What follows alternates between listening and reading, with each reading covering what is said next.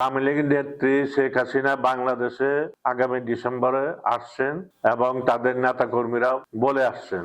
সেটা তো আমাদের সরকারও চায়, আমাদের বিএনপি, দেশবাসী সবাই চায় সেই দেশেরই মানুষ, এই দেশেই তার রাজনীতি, এই দেশে যত অপরাধ করুক, যত ভালো কাজ করুক, এই দেশে এসেই তার এই মামলা মোকদ্দমা যে অপরাধগুলি করছে এখানে আদালতের মাধ্যমে তো তার এগুলি শেষ করা প্রয়োজন। তো কাজেই উনি গত সরকার ক্ষমতা থাকতে যে এদেশের মানুষের গণতন্ত্রকে হরণ করেছেন, এদেশের মানুষকে গণতন্ত্রকে উনি কালো আইনের মধ্য দিয়ে এই দেশের রাজনীতিবিদদের গুম, হত্যা, খুন, নিপীড়ন, নির্যাতন, অনেক হত্যাযজ্ঞ কর্মকাণ্ড করেছেন।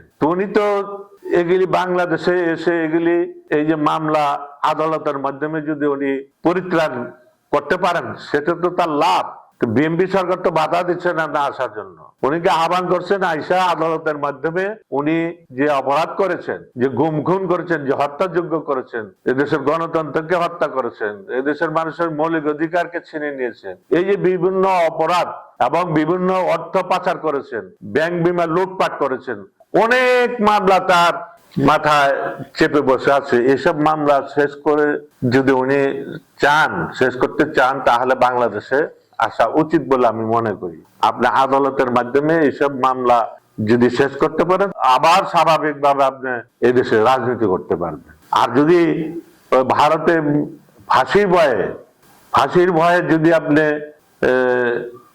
সাজার ভয়ে যদি আপনি ভারতে পালিয়েই থাকেন, তাহলে আপনার জীবদ্দশায় ওই দেশে আপনার জীবন নাশ হবেন, ওই দেশে আপনার জানাজা হবে, ওই দেশে আপনার কবর রচিত হবে।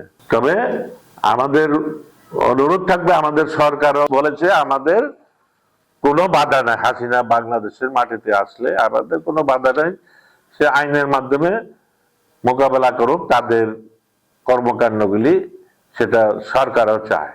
আশঙ্কা করছে উনি যদি আসেনি বাংলাদেশে, যে কোনো বিমানে আসবেন, এই বিমানে আপনার কতটুক উনি নিরাপত্তা নিয়ে আসবেন আমার জানা নাই। তবে বাংলাদেশে এই যে হত্যাযোগ্য করেছেন, এই যে গুম খুন করেছেন, তাদের পরিবাররা আছে যারা নির্যাতিত হয়েছে, উনি একটা গুপ্ত নিরাপদের স্থান দিয়ে যদি বিমানবন্দর থেকে বাহির হতে পারেন তাহলে নিরাপদ আমি মনে করি। আর যদি উনি ঘোষণা দিয়ে এভাবে চলে আসেন তাহলে তো আবার সারা বাংলাদেশের মানুষ যে একটা নিপীড়ন নির্যাতিত হয়েছিল এবং সেই নির্যাতনের বৈষম্য আন্দোলনের মধ্যে দিয়ে সে যে পালিয়ে গেল দেশ ছেড়ে, তার পিছনে একটা মানুষও তার পক্ষে স্লোগানও দেয় নাই, তার এত হাজার হাজার কোটি কোটি সমর্থক থাকা সত্ত্বেও তার জন্য কোনো আফসোসও করেনি। সে কি করলো?